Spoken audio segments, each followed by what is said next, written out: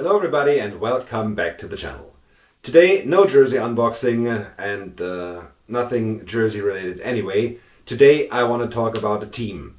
Okay, the only jersey relation I can bring today is this team has the most beautiful jerseys of them all in the whole league. And yeah, I want to talk about the Buffalo Sabres. The Sabres who went through quite rough times for the last decade or even a little more. I think the last time there was really hype among the Sabres was when they drafted Jack Eichel back in 2015. But I think this year this has changed. They they moved on from most parts of their core in the off-season and during the season. They traded off Rasmus Ristolainen to Philadelphia. They traded off Sam Reinhart to Florida. And finally, they traded off Jack Eichel to Vegas. They got back a lot of very, very good and very interesting pieces and a lot of draft picks. And draft picks, the interest is still to come. They might not be that good in the standing this year, but if let's have a look at their last matches, at the last games they played. Let's start off March 17th. They lost 6-1 to the Edmonton Oilers. And from this point on, all their games, either they won or they were maximum 2-goal games. They beat Calgary 1-0. They beat Vancouver 3-2. They beat Pittsburgh 4-3. They lost to Washington 3-4. They lost to the Rangers 4-5. They beat Chicago 6-5. Lost to Winnipeg 2-3. Beat Nashville 4-3. And their most recent game, which I watched live on Sunday, as it was an early game in Buffalo, so 7 o'clock p.m. puck drop my time here in Germany. They played Florida and they lost 3-5. So the only 2-goal loss they had, since March 17th, so since St. Patrick's Day. This game was a fascinating one, an interesting one that I even thought Buffalo outplayed Florida in the first period. The second period, Florida clearly, they scored 4 goals in this period. Was the better team. But in the third period, the Sabres came back. They closed the score. They went from 4-1 to 4-3. And then the empty netter came. So let's say, without the empty netter, it would have been a 1-goal game as well. And they again outplayed Florida in the third period. The upcoming schedule might not be that fortunate for them because they're playing home and home with Carolina next.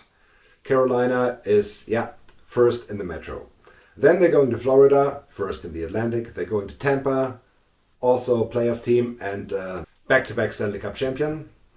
Then they're going to Toronto, who are on a very good run. And then St. Louis comes into Buffalo. The Blues are quite good too. So the next 6 games might not be that fortunate for the Sabres, but I expect them to fight in every game. I expect them to stay in every game and be competitive. And from the team this year, that's all you can expect. Plus the great pieces they got in their trades. They got Peyton Krebs from Vegas, they got Alex Tuch, and they got a lot of draft picks. For this year's draft, they have 3 first-round picks. They have their own, they have the one of Florida, and they have the one of Vegas. The Florida and Vegas picks are conditional, so they could be moved into next year. And let's say they are this year's picks in a very deep draft. In all the other rounds, they have at least 1 pick. 2023, they already have their own first and 3 second-round picks. So there will be a lot of talent coming in. Plus, they got Alex Tuch from Vegas. A guy that on his first press conference he said, hey, that's a dream come true coming home to Buffalo. He's from the area. He wants to be there. They got Peyton Krebs, who is still on his entry-level contract for 2 more years. Also stated that, hey, I want to be there. I have a chance to play. Why not? Then, of course, this year, the resurgence of Jeff Skinner, who still with a $9 million cap hit for 5 more years after this one, suddenly he is about to score 30 goals now. This $9 million doesn't look as bad anymore. Kyle Poso, who still has 1 year left on his $6 million per contract, emerged to be the leader of the team. Not the best player, but leading wise, he is the guy. With 33, he is the oldest player. No, he's not the oldest player, but he's the oldest skater on the roster. He is the leader for the young guys, and there are a lot of young guys coming in. Get Rasmus Asplund, who will be an RFA in 2023. Peyton Krebs already mentioned. Dylan Cousins on his entry-level contract will be an RFA 2023. On defense, Rasmus Dahlin, who is locked up for 2 more years for $6 million per, and this contract definitely looks worth it as well, because Dahlin is not only the leading scorer among defensemen in Buffalo, he is also third overall. He has 43 points this year. And he is the leading assist getter for the Sabres with 34 assists. That's definitely not bad. Yeah, he was a first overall pick. Now he's showing that he's worth being a first overall pick. Also, Matthias Samuelsson on his entry-level contract, RFA in 2023. Of course, then in goal, someone who is hurt right now, or who's in the minors right now with Ukko-Pekka Luukkonen, who played this year and showed that he can be the starter. He is an RFA this offseason. Then, of course, guys that are in the AHL right now. There's Jack Quinn, who has 2 more years on his entry-level contract. And then there's JJ Peterka, who also has 2 more years on his entry-level contract. More guys. Linus Weisbach, who is playing very good in the AHL. Arttu Ruotsalainen, who is also doing quite good down there. They are both RFAs this year. So, Buffalo has a new core. They have a young core. They have more good young pieces coming in. Not to mention last year's first overall pick, Owen Power. And 3 first-round picks this year. So the Sabres will pick up more talent, more good players. What do they need to do to go into contention? Let's not into contention for the cup, but in contention for a playoff spot. They will need this young core to stick together. They have guys that want to be there, that want to play together. Let them do that. They have, of course, Luukkonen coming in, but the other goalie they have right now is Craig Anderson. He's 40. He is the bridge solution until Luukkonen is ready to take over, and then, of course, you need another goalie. The young guys they can form a very good and very strong core. And I really hope the Sabres will use this chance and finally go back into contention for a playoff spot.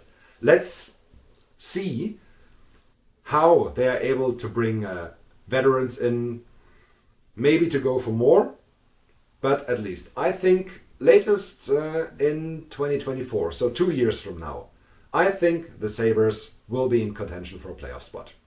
Next year, maybe to still a consolidation year, let Quinn, Peterka, Owen Power, and whoever they pick up in the first round this year consolidate their game at the NHL level. And then in the 2023-2024 season, I think the Sabres will be in contention for a playoff spot. The fans have suffered such a long time. Some turned away from the Sabres. Their attendance right now is the lowest in the league. But I think this will change. Starting next year, this will change. Fans will come back when they see that the core is working hard, that the core can have success, that they're building something up. And this time, other than the Jack Eichel area, which started in 2015-2016, this is not only one guy. This is spread out. They already have depth, which is very important. One guy can't take a team to the playoffs. You saw that. Jack Eichel is a very good player. Right now, he's not doing that well. But yeah, he came from his neck surgery. He has a new team, a new environment to get used to. But even in Buffalo, he wasn't able to drag the team on his own, which is absolutely impossible. You need depth. You need to have the pressure spread out. If Skinner doesn't score, Thompson does. Tage Thompson, oh, almost forgot him. MVP of the Sabres. Definitely. He is having such a great season. You can really see, when you see him on the ice, he's having so much fun playing with Tuck and Skinner. And this works. And this can be the first line for the Sabres for the next years to come. And this should be their first line because it's worth being a first line. All right, that's it for this one. What do you think about the Buffalo Sabres and their chances to contend for the playoffs within 2 years?